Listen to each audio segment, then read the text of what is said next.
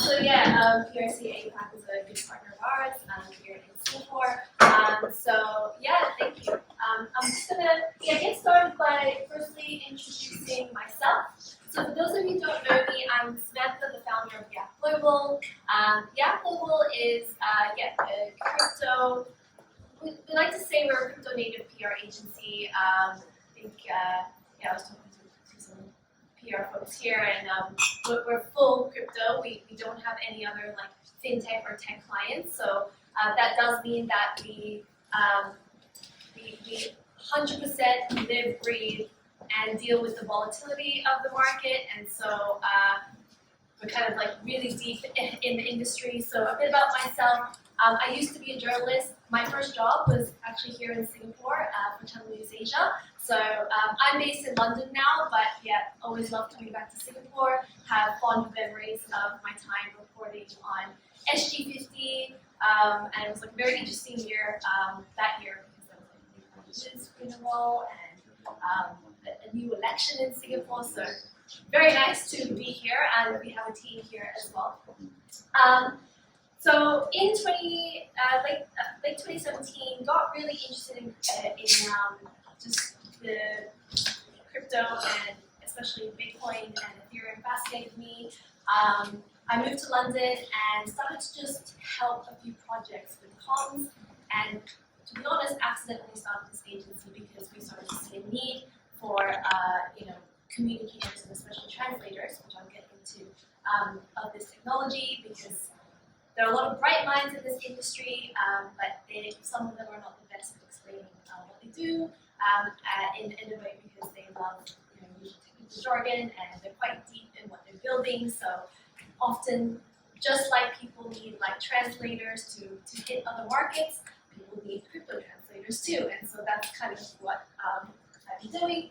And we're just a bit about the firm. We're a global team. We are 25 people, so not too small but not too large either. We've got a hub in the UK. We've got team members in the US, a hub in Singapore, and a growing team in South Africa. So we're kind of spread across the world and looking to grow.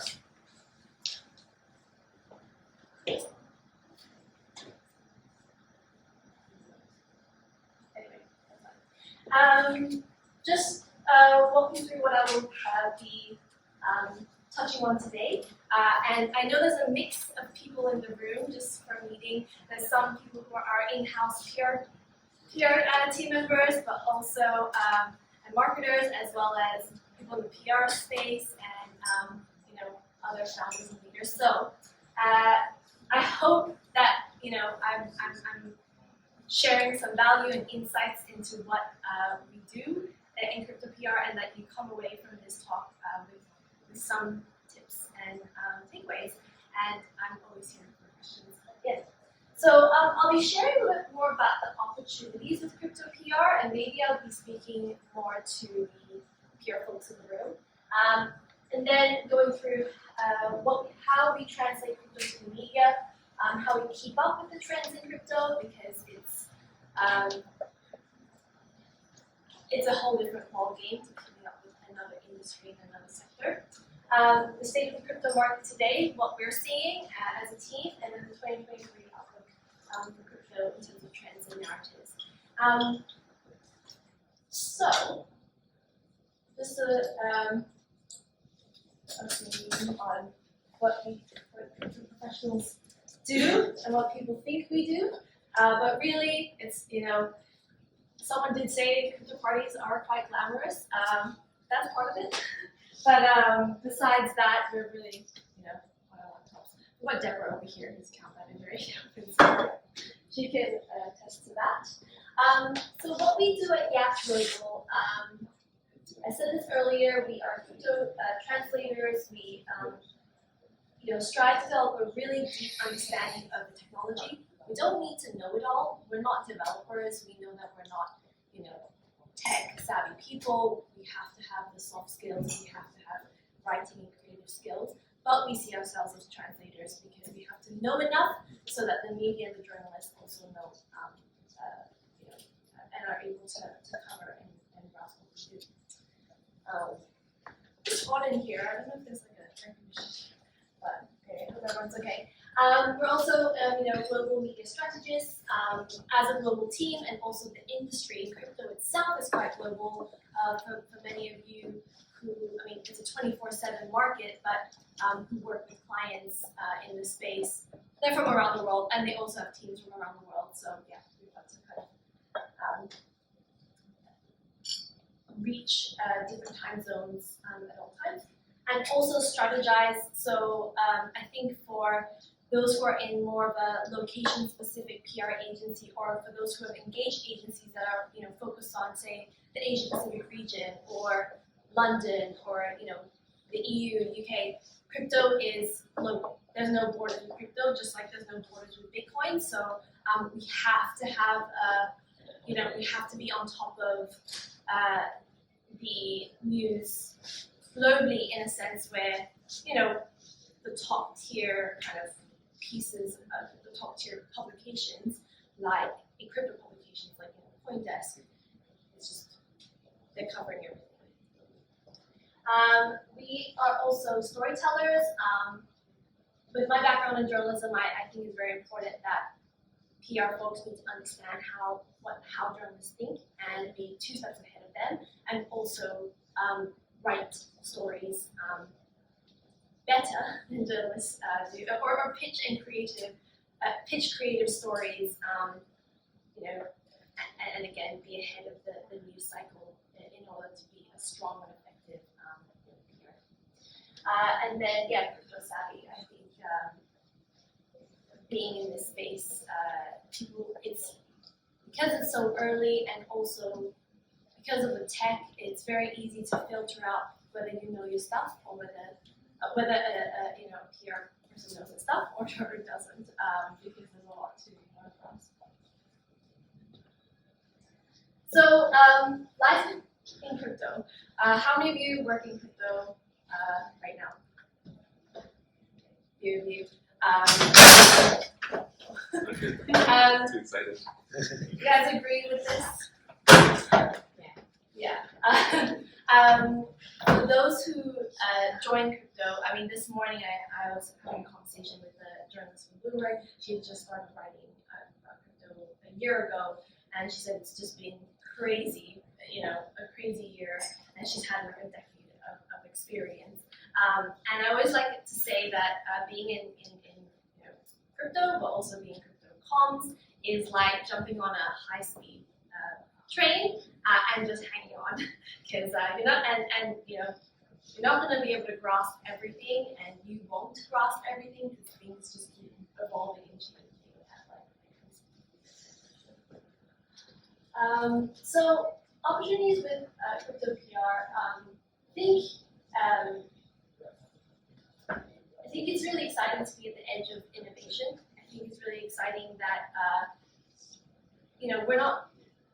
PR is not, it's behind the scenes of journalism and kind of, and I think journalism is writing history, but you're kind of at the edge of, this innovation evolving, and it's very early. It's still early days, even though we've been here for, as old as Bitcoin has been, 12, 13 years. So I think that's really exciting. I think the fact that crypto is global, as I mentioned before, is also a huge opportunity. I think people around the world who maybe may not have gotten opportunities because of their geographic location, I think crypto moves beyond that. I think the other exciting thing is that crypto, the financial aspect of it, is kind of like, and for those of you who are in this space or haven't even read about it,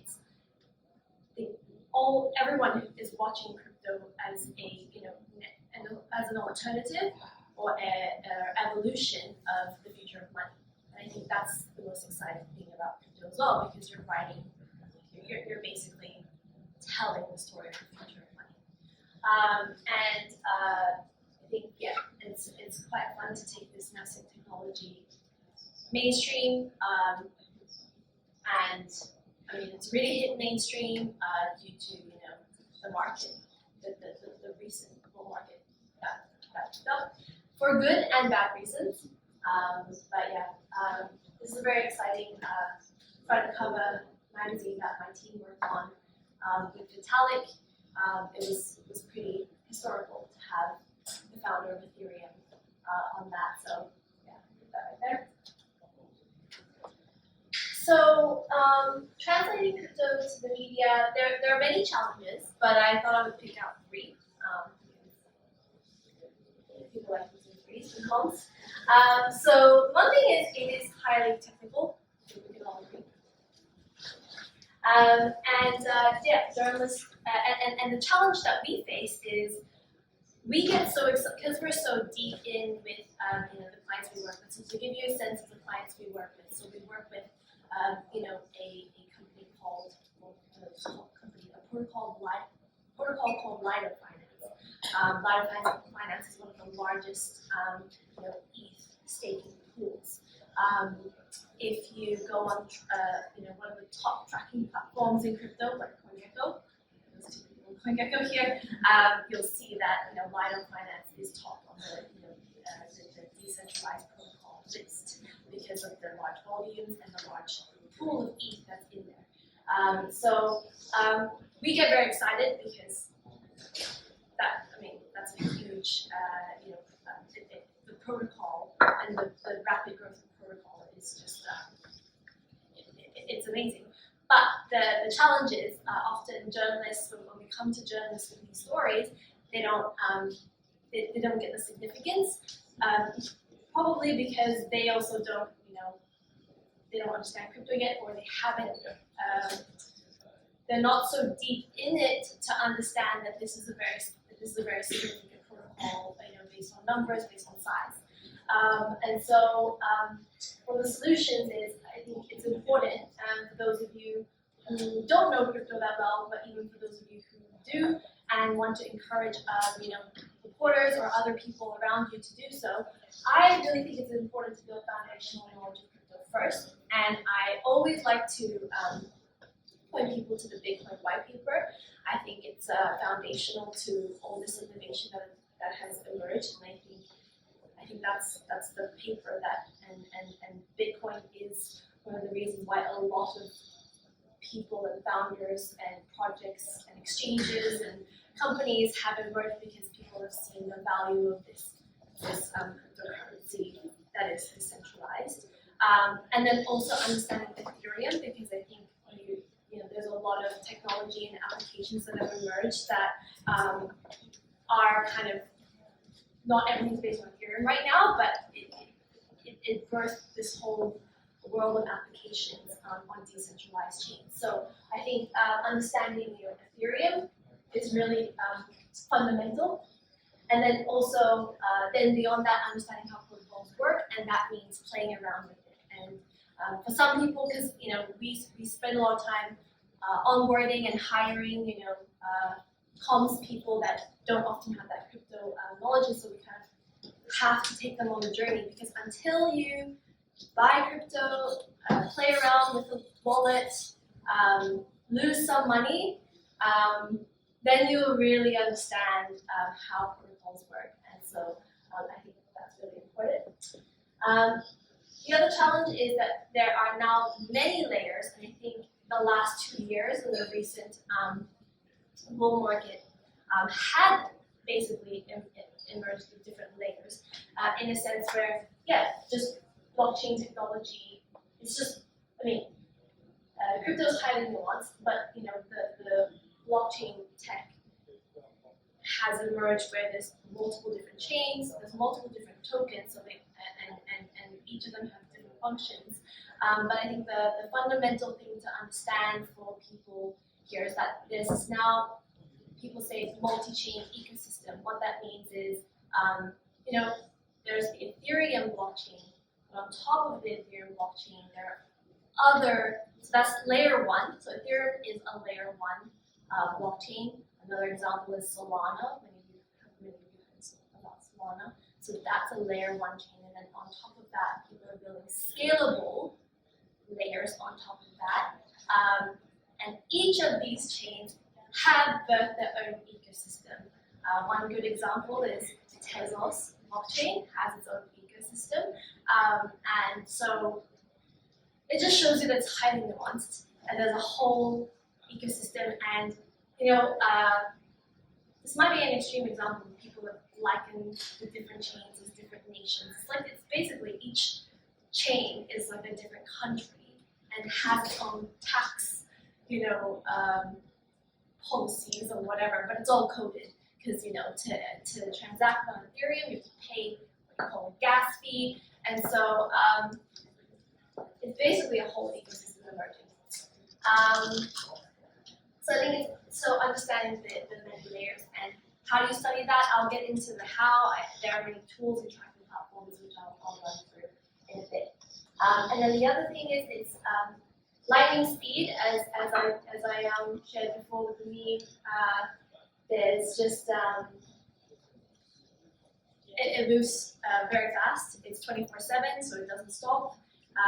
And the stories I'm sure you might have seen over the last few months have been very dramatic because with crypto it grew. I mean, the last bull market grew very quickly.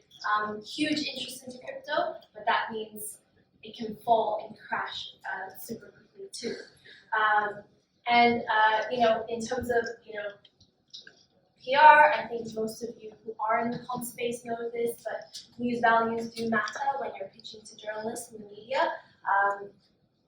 The 7 news values we like to recognize is timeliness. Timing matters a lot. One day, Bitcoin has peaked in the bull market, peaked at 65, but the next day it could drop to like $40,000. So timeliness matters. The impact.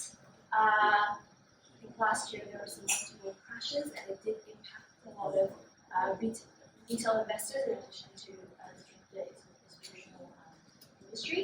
But impact matters. Conflict. Last year, CZ, the founder of Binance, SBF, founder of FTX, everyone was, watching and covering their Twitter fight. So conflict does get attention. What's trending? The prominence, who's involved, a lot of celebrities and key investors and key notable people got involved in the industry, and then human interest stories. People always like, for example, hearing that in the Philippines, people were earning a living from gaming. And then the 3 N's: names, numbers, and negativity. So name, brand names matter. Negativity captures people's attention, and then negativity, and then numbers. The higher the number, the more interesting the story is. I'll keep going if I do more questions. So, how do we keep up with trends in Twitter? Twitter is very important. I know sometimes people think that. I think we don't know where Twitter is heading with Elon Musk being the founder of the owner of it now. But it is very. I think we have observed, and I've been doing this for 5 years, that a lot of stories and a lot of the trends and a lot of discussions break on Twitter first before it hits the media. So it's still a very important tool. And so there's a few counts that we've put some here, but there's a lot more industry leaders that we follow, even those that are there are notable investors that you probably don't want to be listening to right now, but it's just worth knowing what they're thinking. And I think crypto Twitter, it's interesting for those in finance who have the Bloomberg chat room, because that's internal. A lot of banks, they all chat on the Bloomberg chat room, and sometimes a message gets sent and that could tip off a trade or that could tip off the market. Crypto Twitter is fully public, and so there's a lot of what people like to say fear, uncertainty, doubt that can be spun out on Twitter. So I think tracking and market analytics platforms. So DeFi Llama, has anyone heard of DeFi Llama? No. Okay, have anyone heard of CoinGecko? And like CoinMarketCap? Yeah. So those are the notable, so like CoinGecko is a great, I'd say, tracking platform to kind of assess the ranking of the token, the chain, and they also have great, categories of this, so NFT marketplaces, NFTs, as well as exchanges and others. And then there's DeFi Llama. So this kind of emerged in the last 2 years because decentralized finance protocols, boomed in 2020. Some of you might remember people call it the DeFi summer.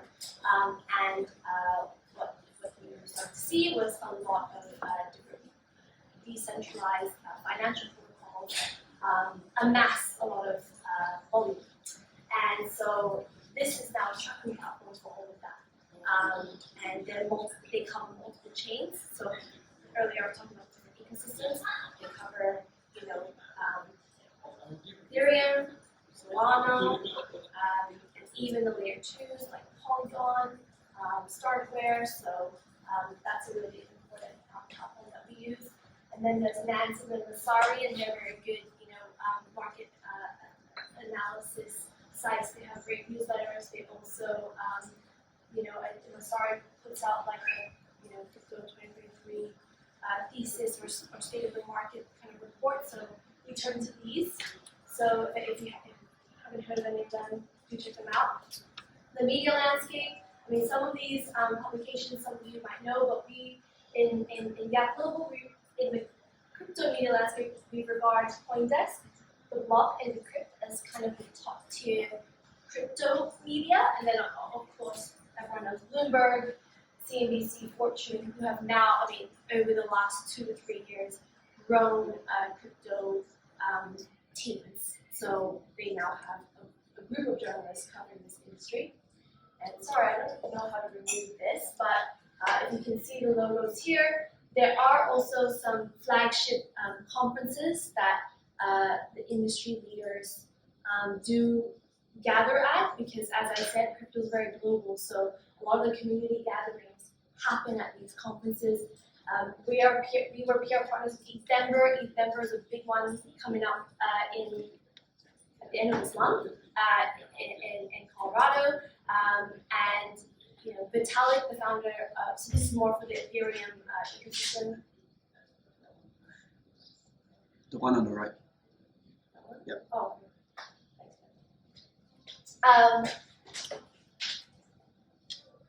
It's usually a place where people meet, investors meet one another, but also projects announce things that they're going to do, fundraise, all these things.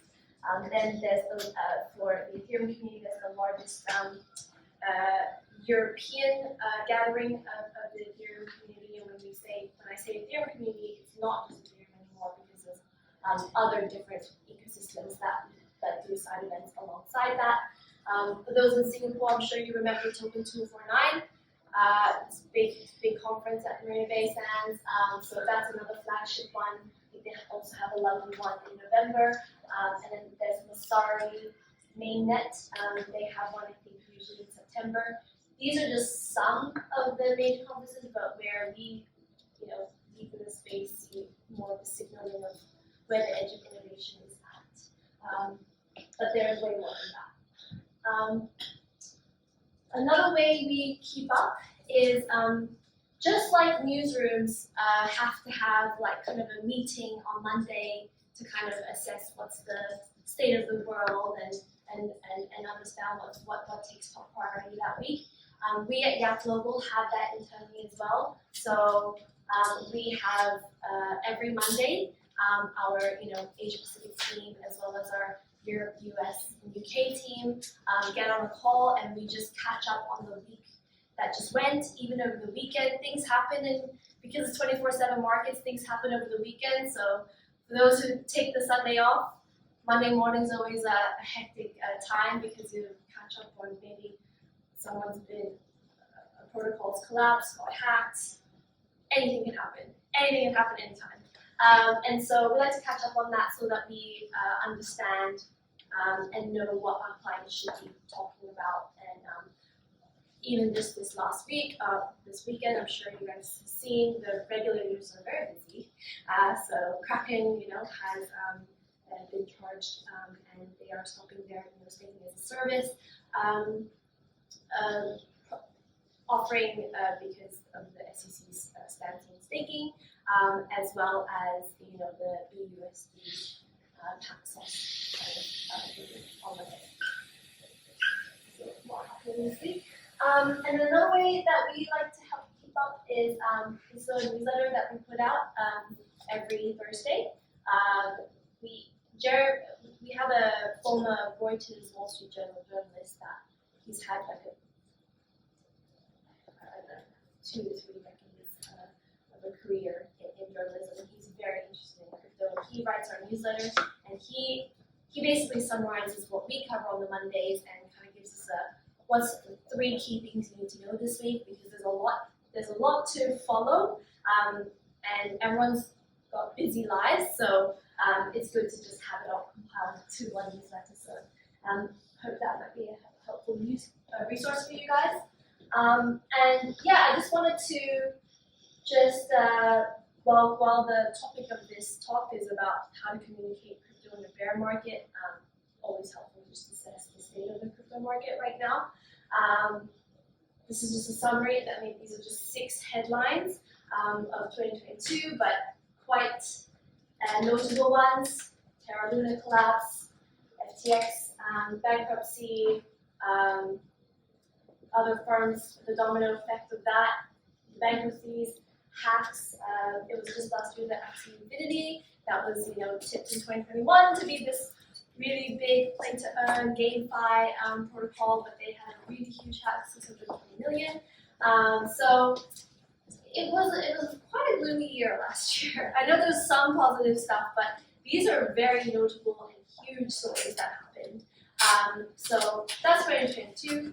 We're only a month and a half into 2023, but we're starting to see some trends, which I will touch on my final slide, kind of kick in. Post FTX collapse, we're saying in 2023, regulators are going to start coming out and getting busy with on what they're going to share, and then we're also seeing more on the tech innovation side of things, what is kind of the next kind of interesting thing that people are excited about. So just some headlines to leave you with.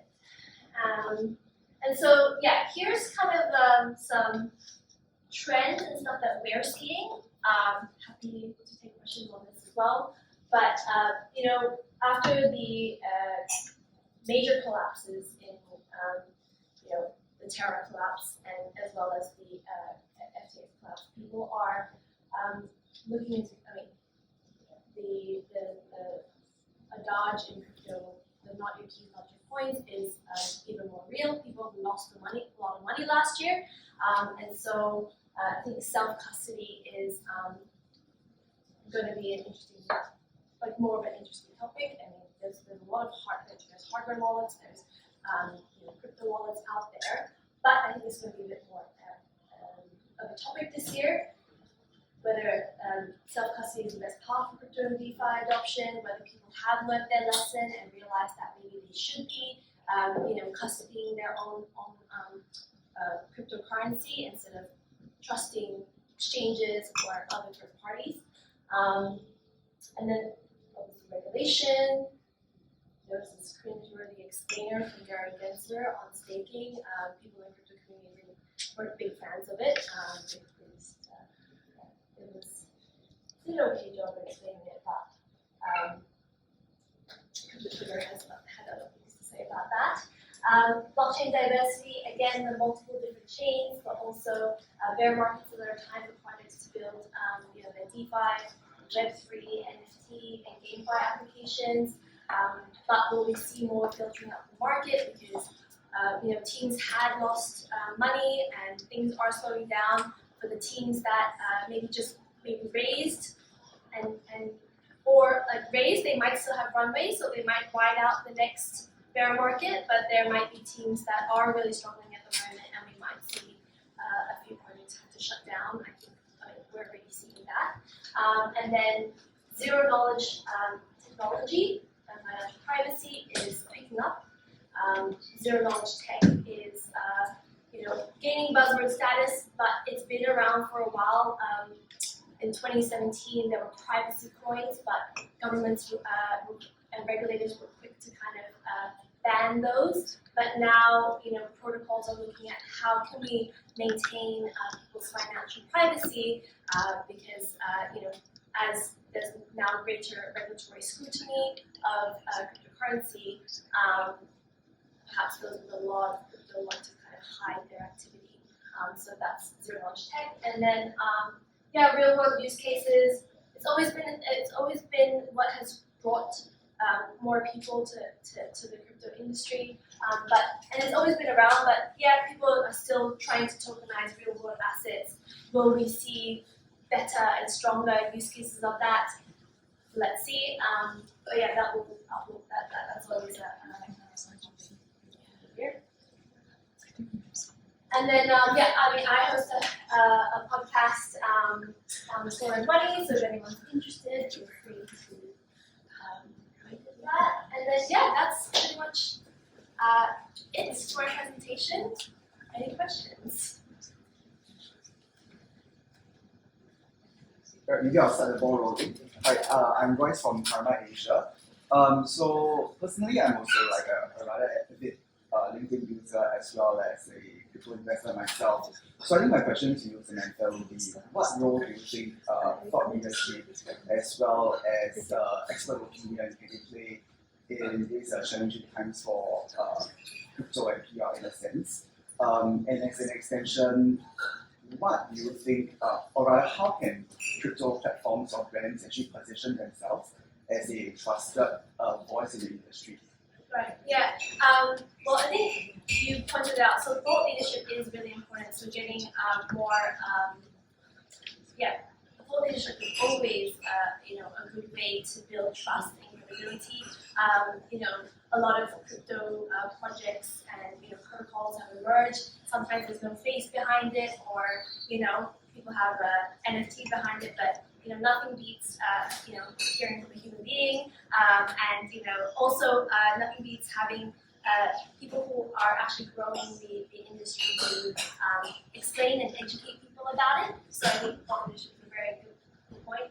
In terms of so your second question was about how can crypto brands position themselves as a trusted voice in the industry? Yeah, I think through a range of things. I think being vocal and speaking having an opinion about what's going on in the industry.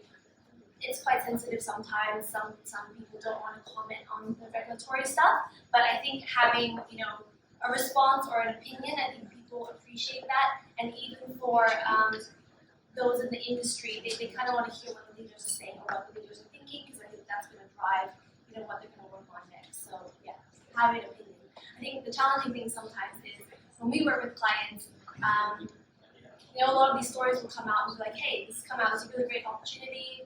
A lot of different media pubs like Bloomberg or CNBC want some commentary, but sometimes our clients might not know what to say, and so where they're advising them, because they often don't know that their voice matters. So I think, that's something to do.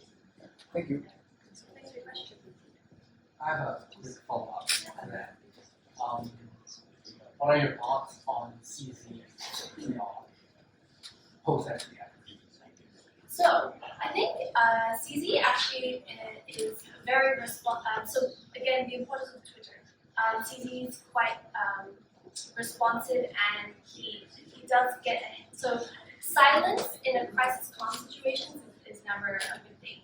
Even if you don't have anything to say, it's always good to kind of say something or comment on the situation, or even just update your users or your customers of what you're doing, what you're working on, even if you have news to share. So I think CZ despite all the events, has come out quite well reputationally. Despite what finance has a lot going on, but they're badly with. But I think CZ as a founder, as a leader, I mean, we all know him. We all hear from him, and he is, very quick to comment and put out a statement or give people an update.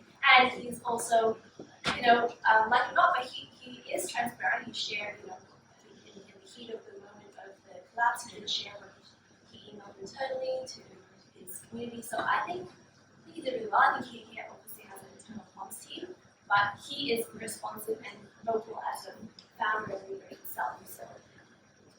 Do you have any thoughts on how the international media treated him during that period? They're interesting about that, like how they treated him, because yeah, what I would say is crypto media, crypto press, and also maybe even the mainstream media is quite US and Europe and UK dominated. So and CZ naturally CZ is he's Canadian, but he is Chinese, and Binance naturally people associated it to be like a Chinese, even though it's a global exchange. So yeah, it's interesting. Yeah, people did say there was a bit of a bias. I do think that has a lot to play with where the media is geographically located. We see that even with the crypto press. So CoinDesk, for example, the Block, even these are the top two crypto press that we push to. They're mainly based in the UK and US, well, UK, Europe, and US.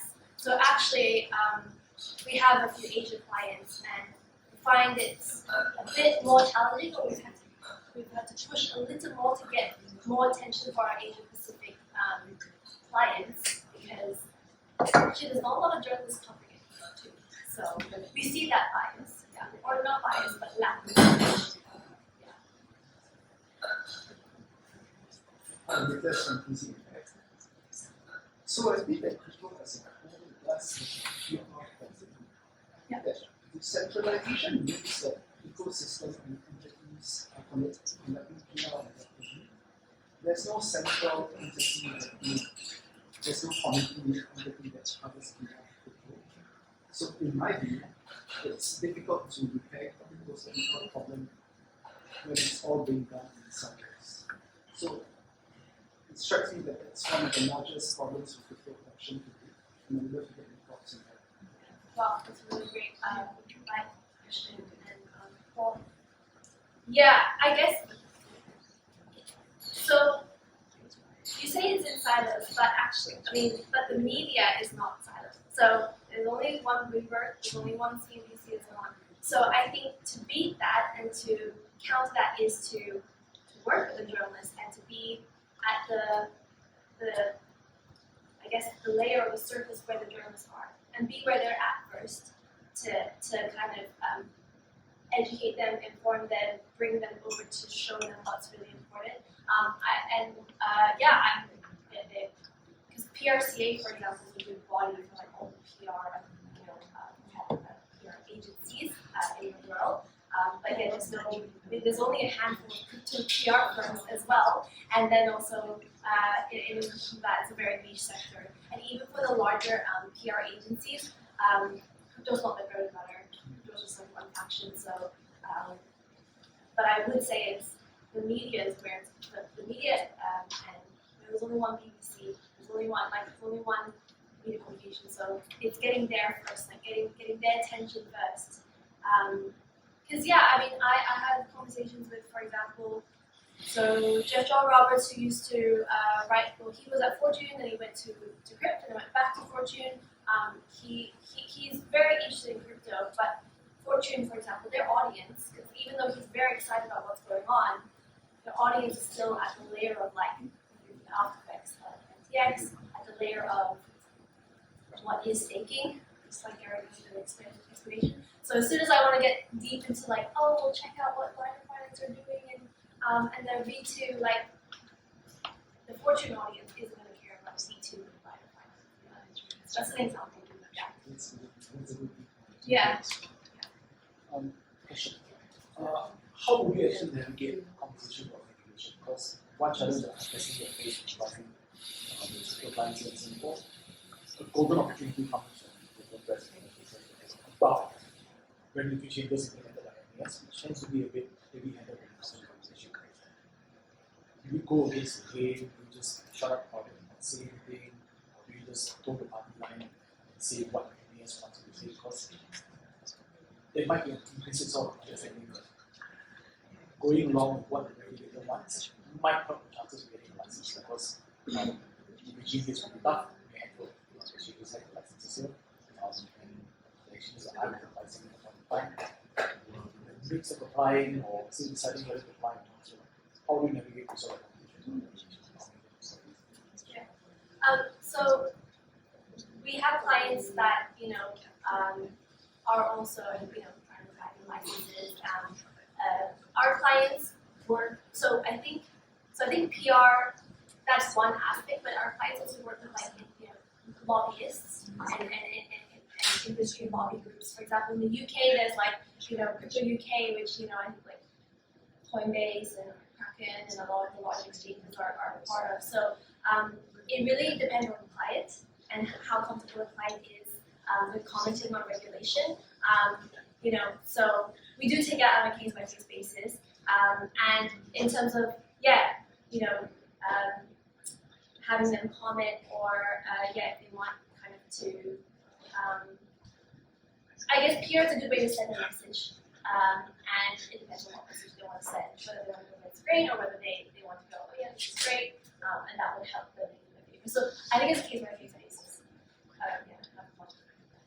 It's just to follow up, because they're both kind of very similar points, but one thing I noticed about crypto is it's where big tech was in about 2015-16, where big tech didn't take public affairs seriously. Yes. The influence of regulators. And so I'm noticing with crypto, it's still a bit slow for a lot of crypto firms to have a public policy person, a public affairs person, and so public relations can't do all itself. Yeah. You've got to have that function work, and I think crypto just seems to be a bit slow on that front. I agree because it's very early days. I think it also depends on the size and the type of the company, right? So if you're an exchange, naturally, you probably want to have your public affairs, teams, because you're pushing for regulators. But interestingly enough, because the ethos behind crypto is about decentralization, some of the protocols do not want to engage with regulators, and they are taking things like DAOs, decentralized autonomous organizations. They're taking things, off, government eyes.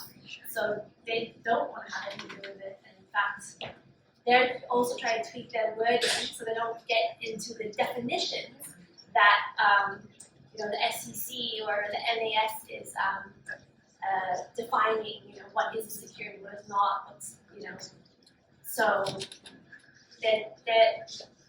the teams that are trying to avoid it, and the teams that are trying to work with regulators. We're still 25 people, and our clients range.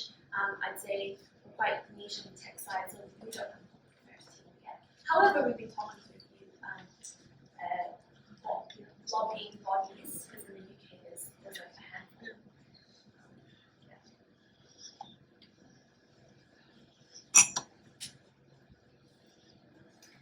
First of all, thank you for sharing this very insightful. I do have a question. I'm curious to understand sort of what's the process for helping clients have a voice. Yeah, so I can just talk through how we engage with clients. The first thing we like to do when we onboard a client is to do this brand positioning and messaging workshop, and in it we kind of just run through. Here. So we kind of run through. We like to do a full media audit of how they've been talked about and mentioned, and then kind of run through what their key messages are, who they are, and see if there's any wording that needs to be tweaked. And a lot of PR is keeping up with the trends, so it's kind of like, all right, this year, self-custody or Web3 adoption is going to be a big topic, and it's aligning our clients' PR plan, marketing plan to capitalize on this. Yeah, and also understanding whether we want to ride certain like hype trains or not. I don't want to ride hype trains, but okay, I'm just pointing to an example like ChatGPT, AI stuff. I think that's very hypey, but people, there are teams and projects that are like riding on that. In crypto, I would say that the next tech that people are pushing out right now is zero knowledge technology because people have been building it for years, and I think it's good time to talk about it.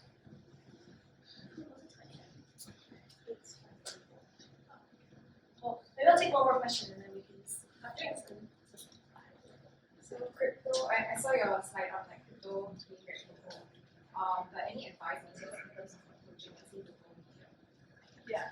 Yeah, so local media, so that's a challenge, right? Because it's educating the journalists, and so often we find that global media is more, global media that has teams that cover crypto specifically are easier to explain and win over and understand the story.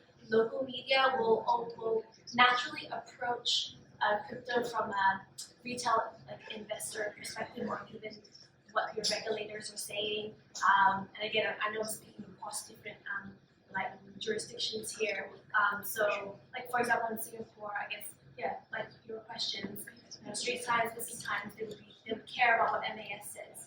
But when you're in the UK and you're pitching to the crypto, they just want to know the next, sort of innovation or a new version of text coming out. So I think it really depends on the angle.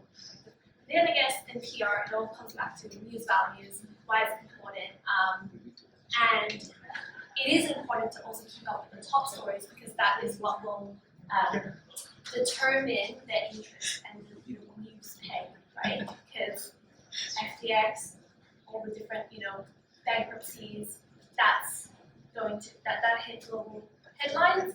And then that will trickle down to local perspective on that. And then I guess a follow-up question to that is, hitting global headlines requires a certain some news making, worthiness, in terms of say CB for example, tweeting or something, and FTX, they are newsmakers in a sense. For example, for findings, we don't have that kind of controversies. How do you, within limitations and within that kind of safety bounds, create something newsworthy? What are certain tactics that you employ to, be a bit more newsworthy in that sense, or make it?